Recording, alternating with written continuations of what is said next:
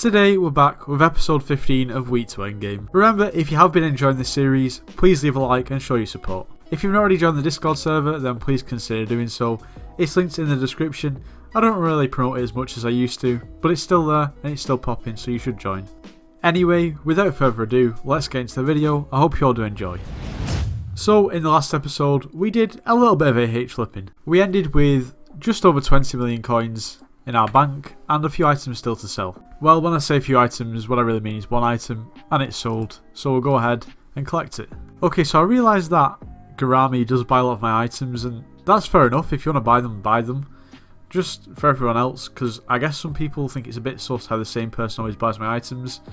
I'm not asking him to buy them. I've played dungeons with him a few times, he's in the guild, he seems like a nice guy, but I don't ask him to buy my items, he just buys them. If you want to buy them, then fair enough, what can you really do about that? I do appreciate it though. So, if you've not watched the last episode, then I recommend you do so. There is a playlist as always. But if you haven't watched last episode, we did a lot of AH flipping, and the plan was in this episode to get our new mage setup for dungeons and test it out. So as I was doing some alchemy in the last episode, I did actually already buy our pet, which is this legendary sheep. I think we got it for 5 mil at level 80, and we got it up an extra level. I think the regular one's legendary level 1 are about 4 mil, so for the extra mil we thought 80 levels is not really a bad trade-off. Now, I guess I could probably at this point could sell the Griffin, but I think it's a good one to keep just in case we do anything outside of dungeons like Slayers. And the same goes for this stronger set. It's not the best set in the world, but it's decent. We could probably get about 3 mil for it, but we're best off keeping it really. Plus this Flower of Truth. It's always nice to have a Flower of Truth, otherwise we won't really have a decent damaging weapon. So our pet sorted, we've got the sheep pet, and now it's time to find a decent Spirit Scepter. To be honest, I'm buying at a good time because when I actually looked originally a few days ago, Spirit Scepters for a base one with nothing on it was 17 mil, so now they're down to 12 mil. So that means we should be able to get a decent one for like 14 or 15 mil, hopefully.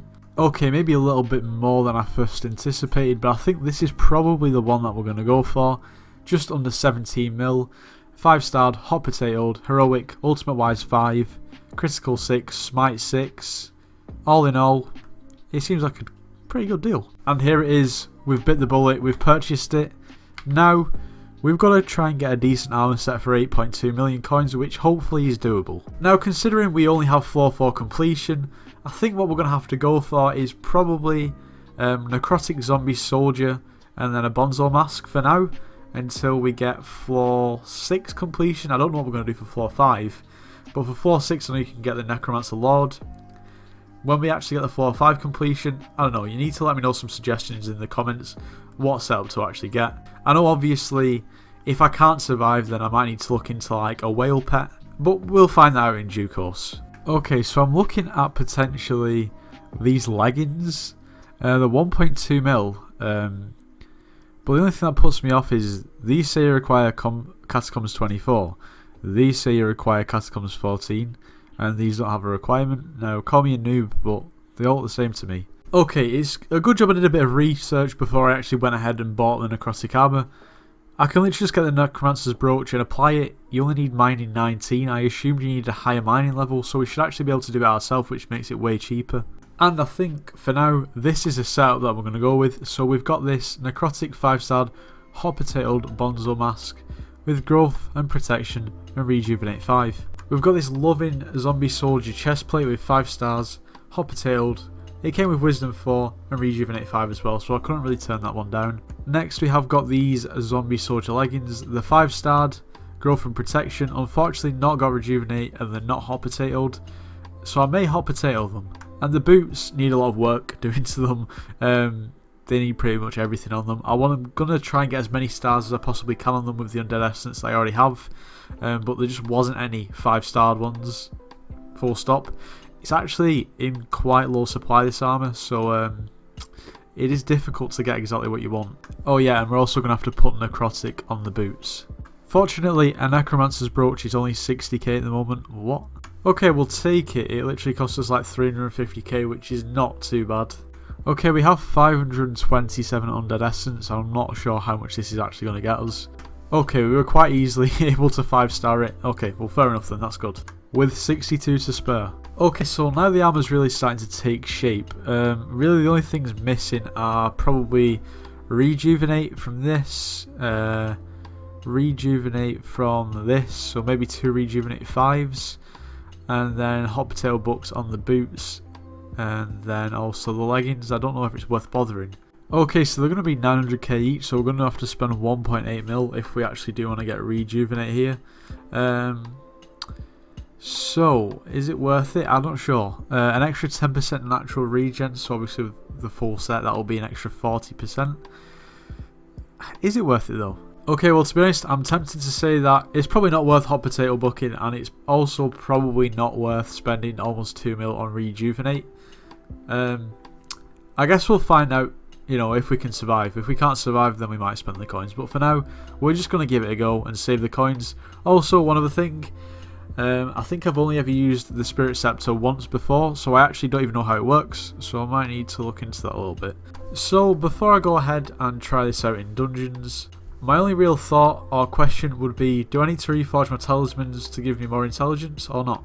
Now at the moment they're obviously reforged to give me more damage, or the most damage that I could possibly get.